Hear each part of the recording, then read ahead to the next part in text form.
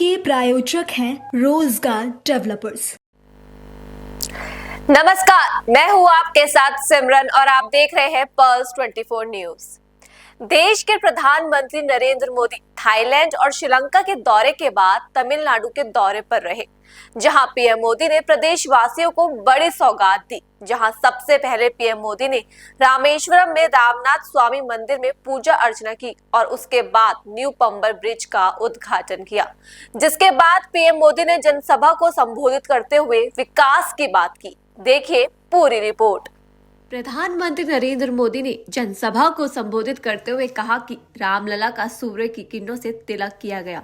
उन्होंने आगे कहा कि भगवान राम का जीवन, उनके राज्य से मिलने वाली सुशासन की प्रेरणा राष्ट्र निर्माण का बड़ा आधार है। इतना ही नहीं, पीएम मोदी ने इंग्लिश भाषा के माध्यम से भी लोगों से जुड़ने की कोशिश की। साथ ही कहा कि बीते 10 सालों में देश तेज विकास की गति से आगे बढ़ा है। पीएम ने कहा कि तमिलनाडु का इंफ्रास्ट्रक्चर भारत सरकार की प्रायोरिटी है। यहाँ का रेलवे बजट 7 गुना बढ़ा है। इसके बावजूद भी कुछ लोगों को बिना कारण रोते रहने की आदत है, वो रोते रहते हैं। साल 2014 से पहले रेलवे के लिए 900 करोड़ मिलते थे। इस सरकार ने 6000 करोड़ से अधिक दिया। इस दौरान पीएम मोदी ने विपक्ष पर भी जमकर निशाना साधा। தமிழ்நாட்டின் சங்ககால இலக்கியத்திலும் கூட ஸ்ரீ ராமபிரானை பற்றி கூறப்பட்டிருக்கின்றது. நான் ராமேஸ்வரத்தின் இந்த பவித்திரமான பூமியிலே நாட்டு மக்கள் அனைவருக்கும் ஸ்ரீ ராமநவமியை ஒட்டி என் இதயபூர்வமான நல்வாழ்த்துக்களை தெரிவித்துக் கொள்ளுகிறேன். Friends, I feel blessed that I could pray at the Ramanath Swami temple today. On this special day, I got the opportunity to hand over development project worth 8,300 crore rupees. These rail and road projects will boost connectivity in Tamil Nadu. I congratulate my brothers and sisters in Tamil Nadu for these projects. நண்பர்களே, ராமநாத சுவாமி ஆலயத்தில் இன்று வழிபட்ட போது ஆசிகள் நிரம்ப பெற்றவனாய் நான் உணர்ந்தேன். இந்த விசேஷமான நாளன்று 8300 கோடி ரூபாய் மதிப்பிலான நலத்திட்டங்களை அர்ப்பணிக்கும் வாய்ப்பு எனக்கு கிடைத்தது. இந்த ரயில் மற்றும் சாலை திட்டங்கள் தமிழ்நாட்டிலே இணைப்பு திறனை வலுப்படுத்தும். இந்த திட்டங்களின் பொருட்டு தமிழ்நாட்டின் என் சகோதர சகோதரிகளுக்கு நான் என் வாழ்த்துக்களை தெரிவித்துக் கொள்ளுகிறேன்.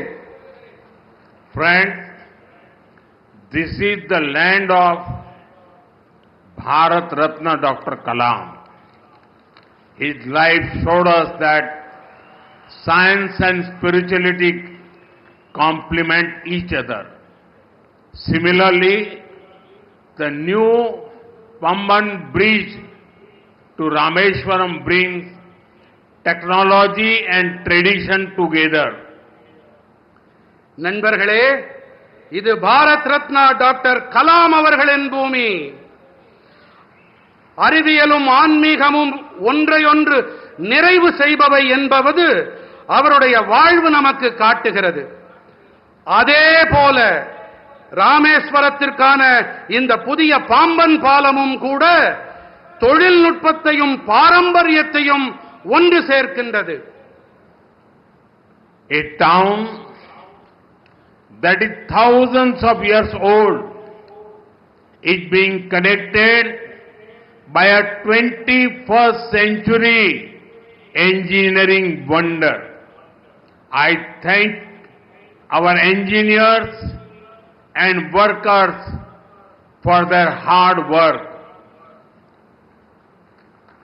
ஆயிரக்கணக்கான ஆண்டுகள் பழமையான ஒரு நகரம் 21ஆம் நூற்றாண்டின் ஒரு பொறியியல் அற்புதத்தால் இன்று இணைக்கப்பட்டிருக்கின்றது. தங்களுடைய தீவிரமான உழைப்பிற்காக நான் நமது பொறியாளர்களுக்கு என் நன்றிகளை தெரிவித்துக் கொள்ளுகிறேன். This bridge is India's first vertical lift railway sea bridge. Big ships will be able to sail under it. Trains will also be able to travel faster on it. I just flagged off a new train service and also a ship a short while ago. Once again, I congratulate the people of Tamil Nadu for this project. இந்த பாலம்தான் இந்தியாவின் முதல் செங்குத்து தூக்கு ரயில் வழி கடல் பாலம். இதற்கடியிலே பெரிய கப்பல்களாலும் பயணத்தை மேற்கொள்ள முடியும். ரயில்கள் இதன் மீது விரைவாக பயணிக்க இயலும். நான் சற்று நேரம் முன்னதாகத்தான் ஒரு புதிய ரயில் சேவையையும் ஒரு கப்பல் பயணத்தையும் துவக்கி வைத்தேன். இந்த திட்டத்தின் பொருட்டு தமிழ்நாட்டு மக்களுக்கு நான் மீண்டும் என் நல்வாழ்த்துக்களை தெரிவித்துக் கொள்கிறேன். Friends, for many decades, there was a demand for this bridge. With your blessings, we got the privilege of completing this work. Pamban Bridge supports both ease of doing business and ease of travel. It will have a positive impact on the lives of the lakhs of people. New jobs and business opportunities will also be created for the youth. Rameswaram தொடங்கி சென்னை வரையும் நாட்டின் பிற பகுதிகளுக்கும் இடையிலான இணைப்பினை இந்த புதிய ரயில் சேவை மேம்படுத்தும். தமிழ்நாட்டின் சுற்றுலா மற்றும் வணிகத்திற்கு இது ஆதாயங்களை அள்ளித்தரும். இளைஞர்களுக்கான புதிய வேலை வாய்ப்புகள் மற்றும் சந்தர்ப்பங்களை இது ஏற்படுத்தி தரும். साथियों, बीते 10 वर्षों में भारत ने अपने इकोनॉमी का साइज दोगुना किया है. इतनी तेज ग्रोथ का एक बड़ा कारण हमारा शानदार मॉडर्न इंफ्रास्ट्रक्चर भी है. बीते 10 सालों में हमने रेल, रोड, एयरपोर्ट, पोर्ट, बिजली, पानी, गैस पाइपलाइन ऐसे इंफ्रास्ट्रक्चर का बजट करीब 6 गुना बढ़ाया है. நண்பர்களே, கடந்த 10 ஆண்டுகளிலே பாரதம் தனது பொருளாதாரத்தின் அளவினை இரட்டிப்பாக்கி இருக்கின்றது. இத்தனை விரைவான வளர்ச்சிக்கான ஒரு பெரிய காரணம் என்று சொன்னால் நமது அருமையான நவீன கட்டமைப்பும் அதில் அடங்கும். கடந்த 10 ஆண்டுகளில் நாம் ரயில், சாலை, விமான நிலையம், துறைமுகங்கள், மின்னாற்றல், நீர், எரிவாயு குழாய்கள் போன்ற கட்டமைப்புகளுக்கான நிதி ஒதுக்கீட்டை 6 மடங்கு உயர்த்தி இருக்கின்றோம். आज देश में बहुत तेजी से मेगा प्रोजेक्ट पर काम हो रहा है. आप नॉर्थ में देखेंगे तो जम्मू कश्मीर में दुनिया के सबसे ऊंचे रेल ब्रिज में से एक चिनाब ब्रिज बना है. वेस्ट में जाएंगे तो मुंबई में देश का सबसे लंबा सी ब्रिज अटल सेतु बना है. ईस्ट में जाएंगे तो असम के बोगीबील ब्रिज के दर्शन होंगे और साउथ में आते हैं तो दुनिया के गिने चुने वर्टिकल लिफ्ट ब्रिज में से एक पम्बन ब्रिज का निर्माण पूरा हुआ है. இன்று தேசத்தின் மிக விரைவாக மெகா திட்டங்கள் தொடர்பான பணிகள் நடைபெற்று வருகின்றன. வடக்கிலே நீங்கள் பார்த்தீர்களானால் ஜம்மு காஷ்மீரத்திலே உலகின் மிக உயரமான ரயில் பாலங்களில் ஒன்றான சினாப் பாலம் அமைக்கப்பட்டிருக்கின்றது. மேற்கிலே பார்த்தீர்கள் என்றால் மும்பையிலே தேசத்தின் மிக நீளமான கடல் பாலமான அடல் பாலம் அமைக்கப்பட்டிருக்கின்றது. கிழக்கிலே கவனித்தோம் என்றால் அசாமின் போகிபீல் பாலத்தை நீங்கள் பார்க்கலாம். மேலும் தெற்கு நோக்கி பயணித்தால் உலகின் வெகு குறைவான செங்குத்து உயர்த்தல் கொண்ட பாலங்களில் ஒன்றான பாம்பன் பாலத்தின் நிர்மாணம் நிறைவடைந்திருக்கின்றது. इसी तरह ईस्टर्न और western freight corridor, dedicated freight corridor भी तैयार हो रहे हैं. देश की पहली बुलेट ट्रेन पर तेजी से काम चल रहा है. वंदे भारत, अमृत भारत और नमो भारत जैसी आधुनिक ट्रेनें रेल नेटवर्क को और आधुनिक बना रही है. இதைப் போலவே கிழக்கு மற்றும் மேற்கு பிரத்யேகமான சரக்கு போக்குவரத்து இடைவழியும் கூட அமைக்கப்பட்டு வருகின்றது. தேசத்தின் முதல் புல்லட் ரயில் தொடர்பான பணிகளும் விரைவாக நடந்தேறி வருகின்றன. வந்தே பாரத், அம்ருத் பாரத் மற்றும் நமோ பாரத் போன்ற நவீன ரயில்களும் ரயில் வலைப்பின்னலை மேலும் நவீனப்படுத்தி வருகின்றன. साथियों, जब भारत का हर रीजन आपस में कनेक्ट होता है तो डेवलप नेशन बनाने का रास्ता मजबूत होता है. दुनिया के हर डेवलप नेशन, हर डेवलप रीजन में यही हुआ है. आज जब भारत का हर स्टेट आपस में कनेक्ट हो रहा है तो पूरे देश का पोटेंशियल सामने आ रहा है. इसका बेनिफिट भी देश के हर रीजन को हो रहा है, हमारे तमिलनाडु को हो रहा है. நண்பர்களே, பாரதத்தின் அனைத்து பகுதிகளும் பரஸ்பர இணைப்புகள் உடையவையாக ஆகும்போது வளர்ந்த தேசமாக ஆகும் பாதை மேலும் வலுவடைகிறது. உலகின் அனைத்து வளர்ச்சியடைந்த நாடுகளில் வளர்ச்சிக்கான காரணம் இதுதான். இன்று பாரதத்தின் அனைத்து மாநிலங்களும் ஒன்றோடு ஒன்று இணைக்கப்படும் போது தேசத்தின் ஒட்டுமொத்த சாத்தியங்களும் வெளிப்படுத்தப்படுகின்றன. இவற்றின் ஆதாயங்களும் கூட தேசத்தின் அனைத்து பகுதிகளுக்கும் கிடைக்கின்றன. நமது தமிழ்நாட்டிற்கும் கிடைத்து வருகின்றது. साथियों, विकसित भारत के सफर में तमिलनाडु का बहुत बड़ा रोल है. मैं मानता हूं तमिलनाडु का सामर्थ्य जितना ज्यादा बढ़ेगा, भारत की ग्रोथ उतनी ही तेज होगी.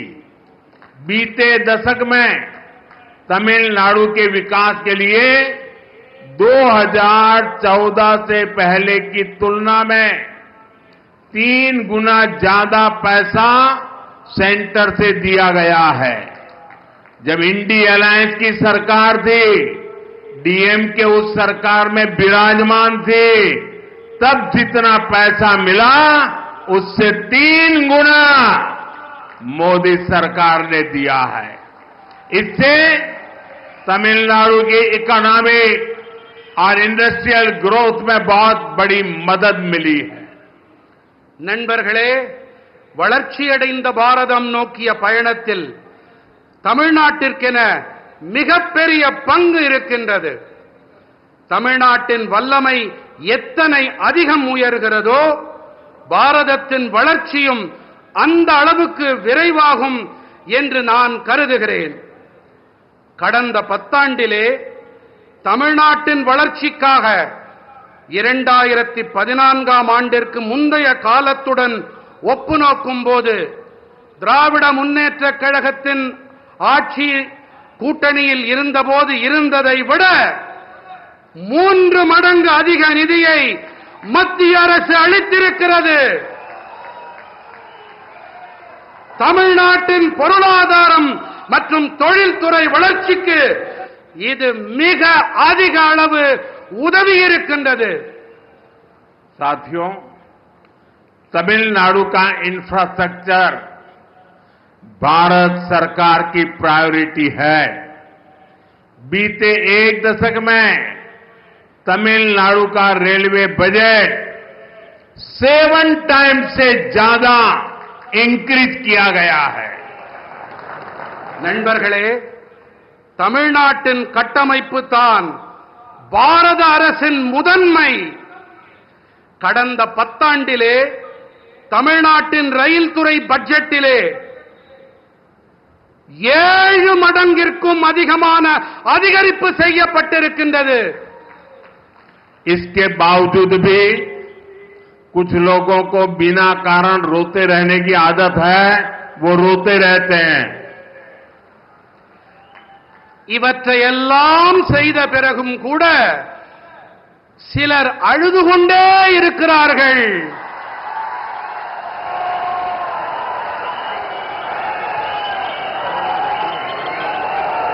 அவர்களால் அழ மட்டுமே முடியும். அவர்கள் அழுதுவிட்டு போகட்டும். 2014 से पहले देश के प्रधानमंत्री नरेंद्र मोदी ने अपनी सरकार की तारीफ करते हुए कहा कि हमारी सरकार में हर क्षेत्र में काम हुआ है। तमिलनाडु में सड़कों की तस्वीर बदल चुकी है। पीएम मोदी ने कहा कि मुझे खुशी है कि तमिलनाडु के गरीब परिवारों को पक्का घर मिल रहे हैं। पीएम आवास योजना के तहत 12 लाख से ज्यादा घर तमिलनाडु में गरीबों के लिए बनाए गए। तमिलनाडु के जन औषधि केंद्र में 80% छूट दवाइयों में मिलती है। तमिलनाडु में बीते सालों में 11 नए मेडिकल कॉलेज खोले गए। பாரத அரசு தமிழ்நாட்டில் இருக்கும் 77 ரயில் நிலையங்களையும் நவீனப்படுத்தும் பணிகளில் ஈடுபட்டு வருகின்றது.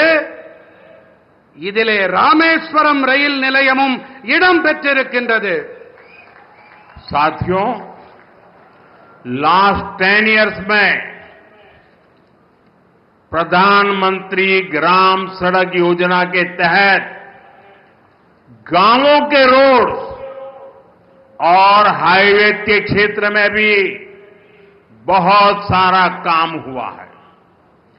2014 के बाद तमिलनाडु में केंद्र सरकार की मदद से 4000 किलोमीटर रोड्स बनी है। चेन्नई पोर्ट को कनेक्ट करने वाला एलिवेटेड कॉरिडोर शानदार इंफ्रास्ट्रक्चर का एक बेहतरीन उदाहरण बनेगा।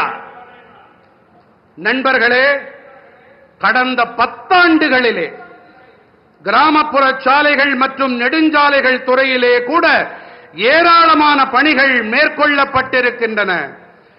2014ஆம் ஆண்டிற்கு பிறகு தமிழ்நாட்டிலே மத்திய அரசின் உதவியோடு 4000 கிலோமீட்டர் அளவுக்கு சாலைகள் போடப்பட்டிருக்கின்றன. சென்னை துறைமுகத்தை இணைக்கவல்ல உயர்த்தப்பட்ட இடைவழி அருமையான கட்டமைப்பிற்கான மேலும் ஒரு எடுத்துக்காட்டு.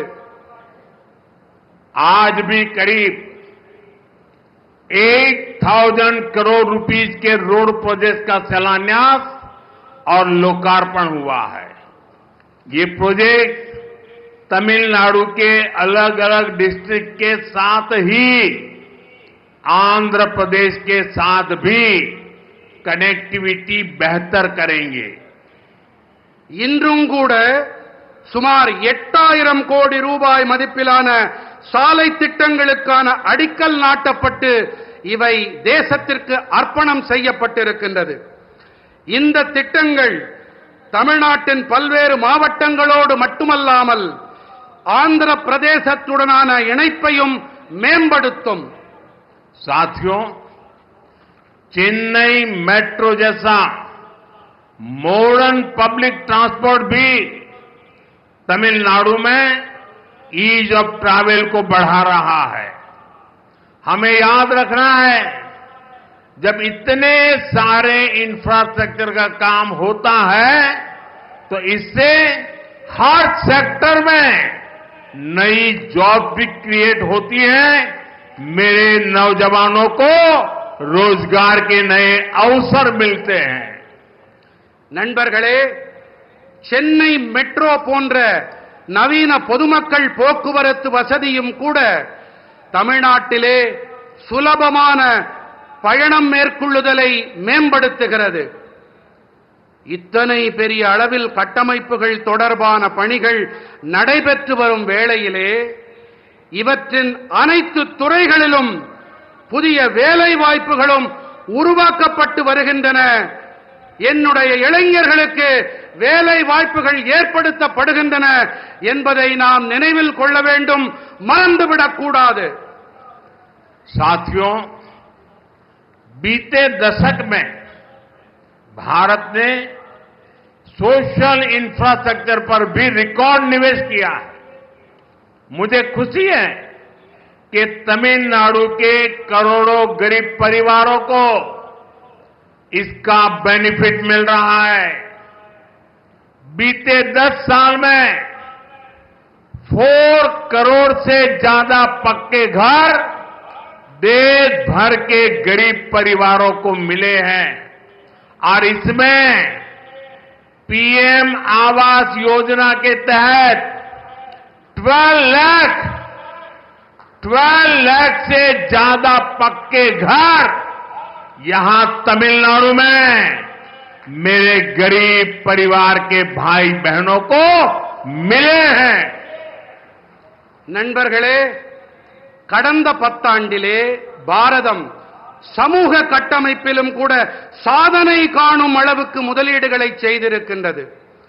தமிழ்நாட்டின் கோடானு கோடி குடும்பங்களுக்கும் இவற்றால் ஆதாயம் கிடைத்து வருவது எனக்கு மட்டற்ற மகிழ்ச்சியை அளிக்கின்றது. கடந்த 10 ஆண்டிலே 4 கோடிக்கும் அதிகமானோருக்கு கான்கிரீட் வீடுகள் தேசமெங்கும் இருக்கும் ஏழை குடும்பங்களுக்கு கிடைத்திருக்கின்றது. இவற்றிலே பிரதம மந்திரி குடியிருப்பு திட்டத்தின்படி 12 லட்சத்திற்கும் மேற்பட்ட கான்கிரீட் வீடுகள் இங்கே என்னுடைய ஏழை சகோதர சகோதரிகள் தமிழ்நாட்டிலே அவர்களுக்கு கிடைத்துவிட்டன. पिछले 10 सालों में गांवों में करीब 12 करोड़ परिवारों तक पहली बार पाइप से वाटर नीर पहुंचाया गया है.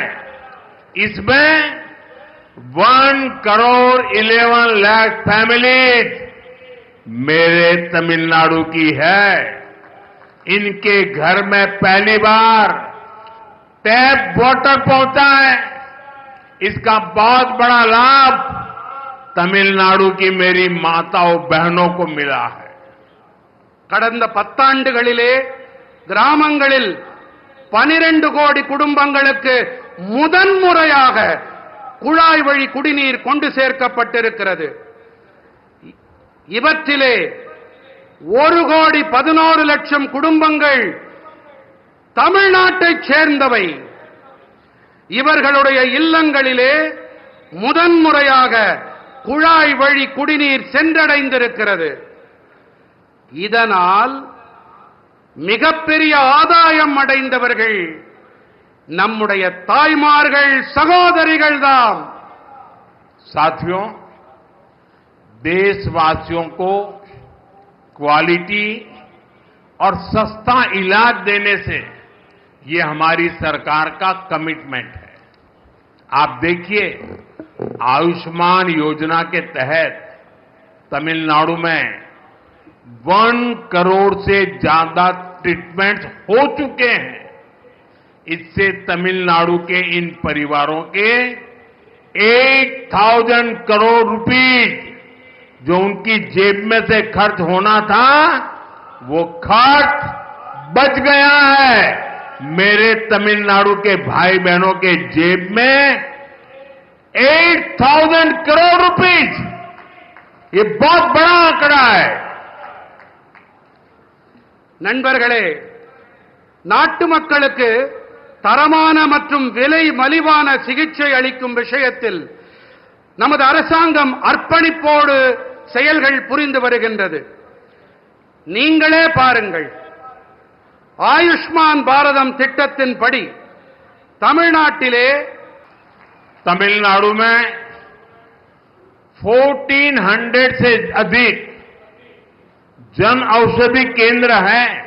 ये मैं सिर्फ तमिलनाडु का बताता हूं। यहां जन औषधि केंद्र में 80% डिस्काउंट पर दवाएं मिलती है। इन सस्ती दवाओं से भी लोगों की जेब में 700 करोड़ रुपीज, मेरे तमिलनाडु के भाई बहनों के जेब में 700 करोड़ रुपीज की सेविंग हुई है।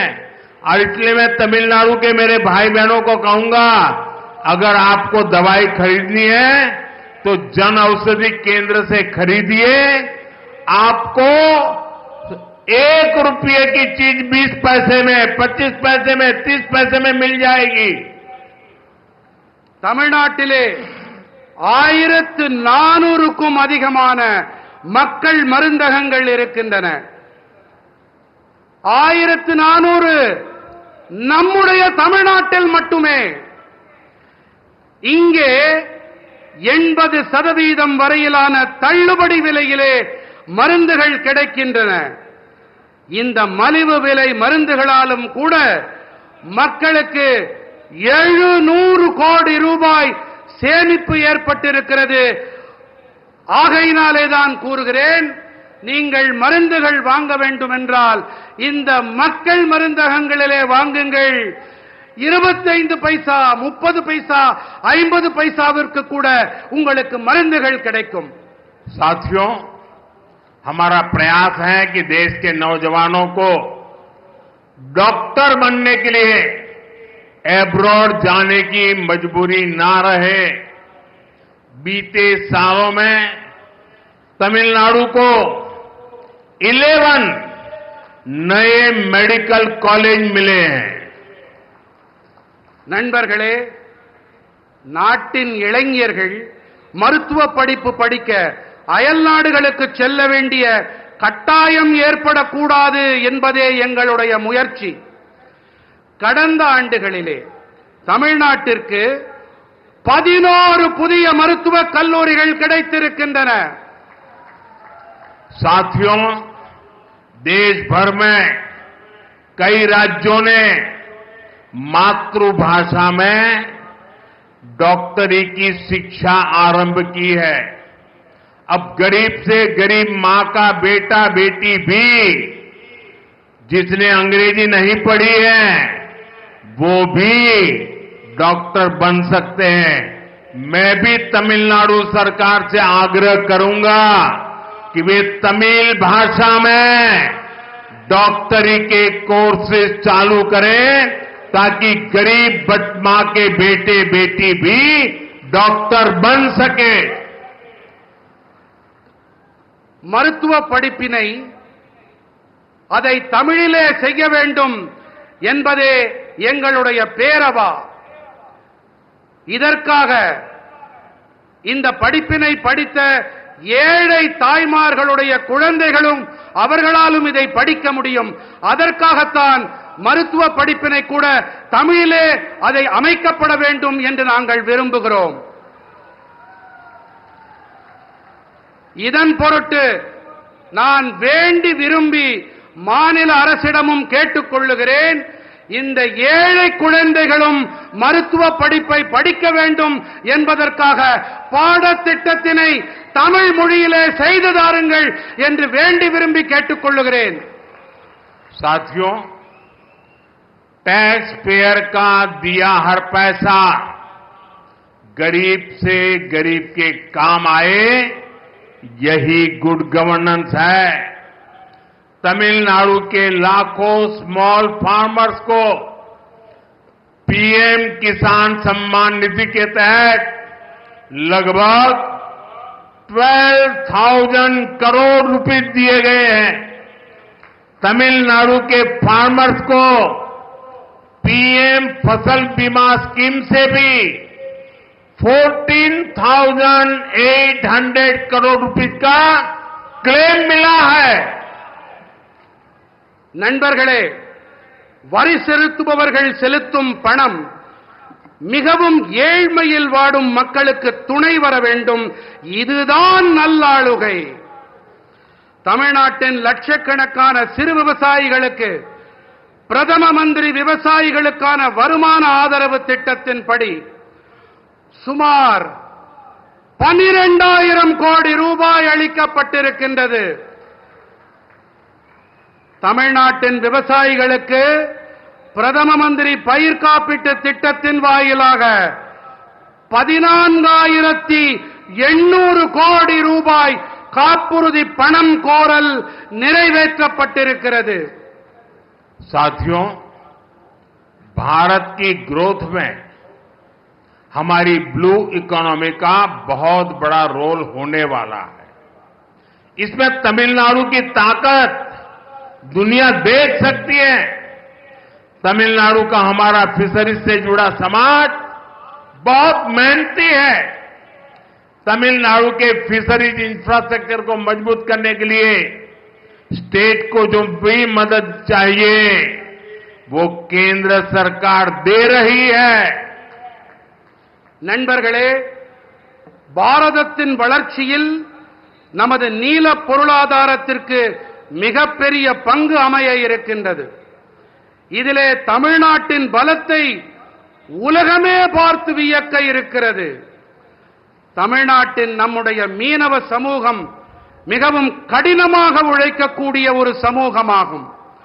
தமிழ்நாட்டின் மீன்வளத்துறை கட்டமைப்பினை வலுப்படுத்த வேண்டி மாநிலத்திற்கு தேவையான உதவிகள் அனைத்தையும் மத்திய அரசு அளித்து வருகின்றது. पिछले 5 साल में पीएम मत्स्य संपदा स्कीम के तहत भी तमिलनाडु को करोड़ों रुपए मिले हैं. हमारी कोशिश यही है कि मछुआरों को ज्यादा फैसिलिटीज मिले, आधुनिक सुविधाएं मिले, चाहे सीवीड पार्क हो या फिर फिशिंग हार्बर और लैंडिंग सेंटर हो. केंद्र सरकार यहां सैकड़ों करोड़ रुपए इन्वेस्ट कर रही है. கடந்த 5 ஆண்டுகளிலே பிரதம மந்திரி மீன்வள திட்டங்களின்படி தமிழ்நாட்டிற்கு கோடிக்கணக்கான ரூபாய் நிதியாக வழங்கப்பட்டிருக்கிறது. அதிகபட்ச நவீன வசதிகள் நமது மீனவர்களுக்கு வழங்கப்பட வேண்டும் என்பதே நம்முடைய முயற்சியாக இருக்கிறது. அது கடற்பாசி பூங்காவாகட்டும், மீன்பிடி துறைமுகமாகட்டும், படகுத்துறையாகட்டும், மத்திய அரசு இங்கே பல நூற்றுக்கணக்கான கோடி ரூபாயை முதலீடு செய்து வருகின்றது. हमें आपकी रक्षा सुरक्षा की भी चिंता है. भारत सरकार फिशरमैन के हर संकट में उनके साथ खड़ी है. भारत सरकार के प्रयासों से बीते 10 साल में 3,700 से ज्यादा फिशरमैन श्रीलंका से वापस लौटे हैं. इनमें से 600 से अधिक फिशरमैन तो पिछले 1 साल में फ्री हुए हैं. और आपको याद होगा, कुछ हमारे मछुआरा साथियों को फांसी की सजा हुई थी. उनको भी हम जिंदा भारत लौट करके ला करके उनके परिवार को सुपुर्द किया है. நமது பாதுகாப்பு தொடர்பான அக்கறையும் நமக்கு இருக்கிறது. பாரத அரசு மீனவர்களின் அனைத்து சங்கட காலங்களிலும் அவர்களுக்கு தோளோடு தோள் கொடுத்து வந்திருக்கின்றது. பாரத அரசின் முயற்சிகள் காரணமாக கடந்த 10 ஆண்டுகளில் மட்டும் 3,700க்கும் மேற்பட்ட மீனவர்கள் இலங்கையிலிருந்து மீட்டுக் கொண்டு வரப்பட்டிருக்கின்றார்கள். இவர்களிலே 600க்கும் அதிகமான மீனவர்கள் மட்டும் கடந்த ஓராண்டிலே மீட்டுக் கொண்டு வரப்பட்டிருக்கின்றார்கள். உங்களுக்கெல்லாம் நன்கு நினைவிருக்கலாம், சில காலம் முன்பாக தூக்கு மேடையை முத்தமிட அவர்கள் போடப்பட வேண்டிய அந்த காலகட்டத்தில் நம்முடைய மீனவர்களை இலங்கையிலிருந்து நம்முடைய மத்திய அரசு மீட்டுக் கொண்டு வந்திருக்கிறது. साथियों, आज दुनिया में भारत के प्रति आकर्षण बढ़ा है. लोग भारत को जानना चाहते हैं, भारत को समझना चाहते हैं. इसमें भारत के कल्चर का, हमारी सॉफ्ट पावर का भी बड़ा रोल है. तमिल लैंग्वेज और हेरिटेज दुनिया के कोने कोने तक पहुंचे, इसके लिए भी सरकार लगातार कोशिश कर रही है. நண்பர்களே, இன்று உலகில் பாரதம் அனைவரையும் ஈர்க்கும் மையமாக மாறியிருக்கிறது. மக்கள் பாரதம் பற்றி தெரிந்து கொள்ள ஆசைப்படுகிறார்கள், புரிந்து கொள்ள விழைகிறார்கள். இதிலே பாரதத்தின் கலாச்சாரம், நம்முடைய மென் சக்திக்கு மிகப்பெரிய பங்கு இருக்கின்றது. தமிழ் மொழி மற்றும் மரபு உலகின் அனைத்து இடங்களுக்கும் சென்று சேர வேண்டும். இதற்காக அரசாங்கம் தொடர்ந்து முயற்சிகளை மேற்கொண்டு வருகின்றது. मैं तो कभी कभी हैरान हो जाता हूं, तमिलनाडु के कुछ नेताओं की चिट्ठियां जब मेरे पास आती है, कभी भी कोई नेता तमिल भाषी में सिग्नेचर नहीं करता है. अरे तमिल का गौरव हो, मैं सबसे कहूंगा कम से कम तमिल भाषा में अपनी सिग्नेचर तो करो. வழக்கமாக எனக்கு தமிழ்நாட்டிலிருந்து சில தலைவர்கள் கடிதங்கள் எழுதுவதுண்டு, மடல்கள் எழுதுவதுண்டு. அந்த கடிதங்களிலே எனக்கு மிகப்பெரிய ஆச்சரியத்தை ஏற்படுத்தக்கூடிய விஷயம் என்னவென்றால், கடிதம் என்னமோ ஆங்கிலத்திலே இருக்கிறது, ஆனால் கையெழுத்தும் ஆங்கிலத்திலேயே இருக்கிறது. குறைந்தபட்சம் கையெழுத்தையாவது தமிழ் மொழியிலே போடக்கூடாதா என்று நான் வியப்பதுண்டு. मैं मानता हूं कि 21st सेंचुरी में इस ग्रेट ट्रेडिशन को हमें और आगे ले जाना है. मुझे विश्वास है कि रामेश्वरम और तमिलनाडु की ये धरती हमें ऐसे ही निरंतर नई ऊर्जा देती रहेगी, नई प्रेरणा देती रहेगी. நண்பர்களே, இந்த 21ஆம் நூற்றாண்டில் நாம் இந்த மகத்தான பாரம்பரியத்தை மேலும் முன்னெடுத்து செல்ல வேண்டும் என்பதே என் உறுதியான கருத்து. ராமேஸ்வரம் மற்றும் தமிழ்நாட்டின் இந்த மண் இன்று போல என்றும் தொடர்ந்து புதிய சக்தியை அளித்து வரும், புதிய உள்ளெழுச்சியை அளித்து வரும் என்பதில் எனக்கு எள்ளளவும் ஐயமில்லை. और आज भी देखिए कितना सुभग संयोग है.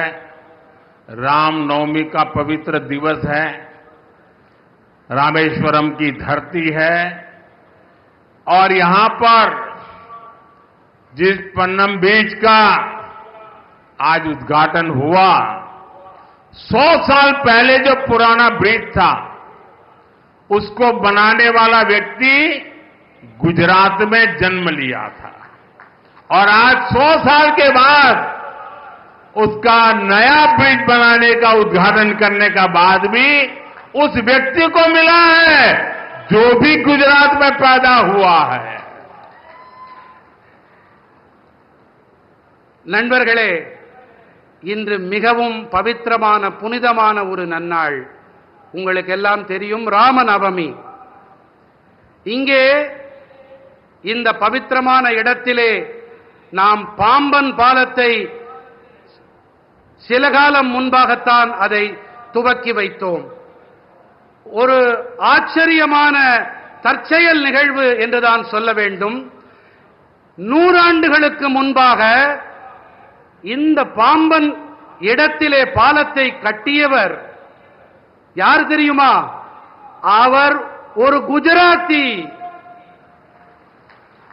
இதில் தற்செயல் நிகழ்வு என்னவென்றால் 100 ஆண்டுகளுக்கு பிறகு இதே பாம்பனில் இங்கு ஒரு பாலத்தை திறந்து வைப்பதும் அதே குஜராத்தில் பிறந்த நான்.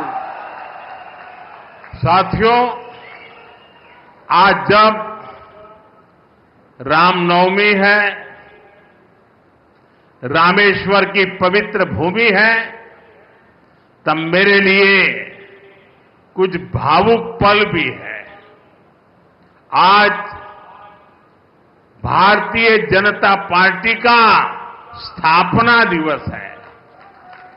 सशक्त, समृद्ध और विकसित भारत के जिस लक्ष्य को लेकर के हम चल रहे हैं, उसमें बीजेपी के हर एक कार्यकर्ता का परिश्रम है।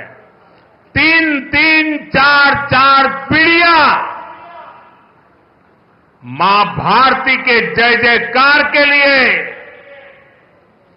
खप गई है। मेरे लिए गर्व की बात है कि भारतीय जनता पार्टी के उस विचार ने, भारतीय जनता पार्टी के लाखों कार्यकर्ताओं के परिश्रम ने आज हमें देश की सेवा करने का अवसर दिया है। आज देश के लोग बीजेपी सरकारों के गुड गवर्नेंस देख रहे हैं, राष्ट्रहित में लिए जा रहे हैं, वो निर्णय देख रहे हैं और हर हिंदुस्तानी का सीना चौड़ा हो रहा है। நண்பர்களே, இந்த புனிதமான ராமேஸ்வரம் பூமியிலே ராம நவமி நன்னாளிலே எனக்கு ஒரு உணர்ச்சி வயப்பட்ட ஒரு சூழ்நிலை என் மனதில் நிலவுகிறது. இன்று பாரதிய ஜனதா கட்சியின் நிறுவன நாளும் கூட.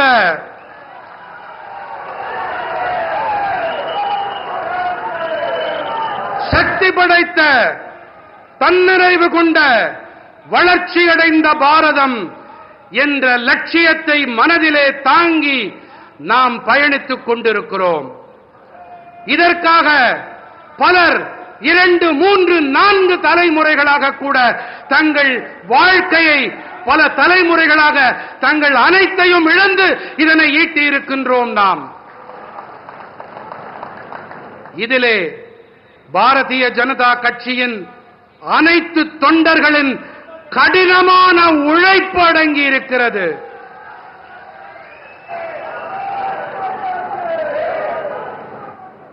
ஆகையினால்தான் இன்று நாட்டு மக்களுக்கு நல்லாட்சி வழங்கக்கூடிய ஒரு சந்தர்ப்பத்தை இந்த தேசத்து மக்கள் நமக்கு அளித்திருக்கின்றார்கள்.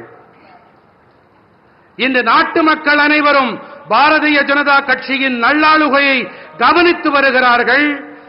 தேசத்தின் நலன்களின் பொருட்டு மேற்கொள்ளப்பட்டு வரும் தீர்மானங்களை உற்று நோக்கிக் கொண்டிருக்கின்றார்கள். देश के हर राज्य, हर कोने में जिस तरह बीजेपी के कार्यकर्ता जमीन से जुड़कर कार्य करते हैं, गरीबों की सेवा करते हैं, वो देखकर मुझे गर्व। तमिलनाडु दौरे के दौरान पीएम मोदी ने जहां एक तरफ कई परियोजनाओं की सौगात दी, तो वहीं पीएम मोदी ने बताया कि बीते सालों में तमिलनाडु में लगातार विकास के काम हुए हैं। पीएम मोदी ने कहा कि आज देश के लोग बीजेपी सरकारों के सुशासन को देख रहे हैं। राष्ट्रीय हित में लिए जा रहे निर्णय को देखकर हर भारतीय का सीना चौड़ा हो रहा है और 2047 के संकल्प की तरफ लगातार हम बढ़ते जा रहे हैं। फिलहाल के लिए आप मुझे दीजिए इजाजत और बाकी की तमाम खबरों के लिए बने रहिए पल्स 24 न्यूज के साथ। नमस्कार। इस प्रोग्राम के प्रायोजक थे रोजगार डेवलपर्स।